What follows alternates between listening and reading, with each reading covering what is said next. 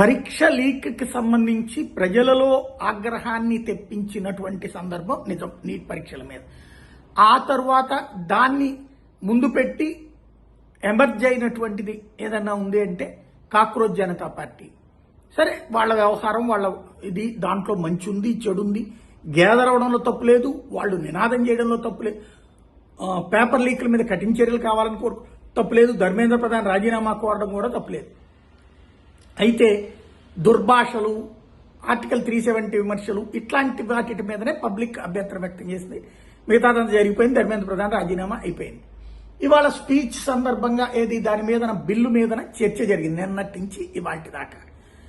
ప్రియాంక గాంధీ మాట్లాడింది, ప్రియాంక గాంధీ వాద్రా గారు, ఇటు రాహుల్ గాంధీ ఇవాళ మాట్లాడారు. అంతా అయిపోయింది కదా. ఇప్పుడు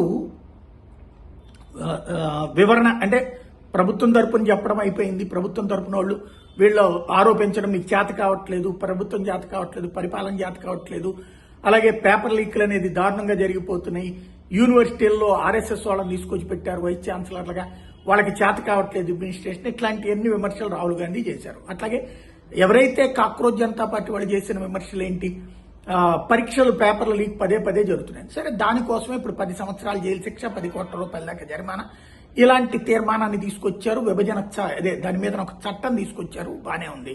చట్ట సవరణ, ఆల్రెడీ చట్టం ఉంది, ఇప్పుడు చట్ట సవరణ తీసుకొచ్చారు ఫాస్ట్ ట్రాక్ కోర్టుల్లో అన్నటువంటి. కానీ మూజువాణి ఓటుతో ఇవాళ ఆమోదం లభించేసింది ఆ బిల్లుకి.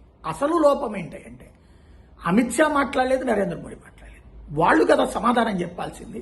మెయిన్ నరేంద్ర మోడీ సమాధానం చెప్పాలి. బయట సెల్ఫీ వీడియోలు తీసినటువంటి ఆయన, అలాగే వివరాలు చెప్పినటువంటి ఆయన, మీకు ఇదిగో కఠినమైన చట్టం తెస్తున్నామని చెప్పిన ఆయన, క్యాబినెట్లో తీర్మానం పెడుతున్నామని చెప్పిన ఆయన, క్యాబినెట్లో తీర్మానం తర్వాత పార్లమెంట్లో వెంటనే బిల్లు పెట్టిన ఆయన, ఇంతమంది ఇన్ని విమర్శలు, దూషణలు, ద్వేషాలు, వాటికి ఏ హార్ట్ టచింగ్ స్పీచ్ ఇస్తాడు, ఆ తర్వాత బిల్లు ఆమోదిస్తారని అందరూ అనుకున్నారు.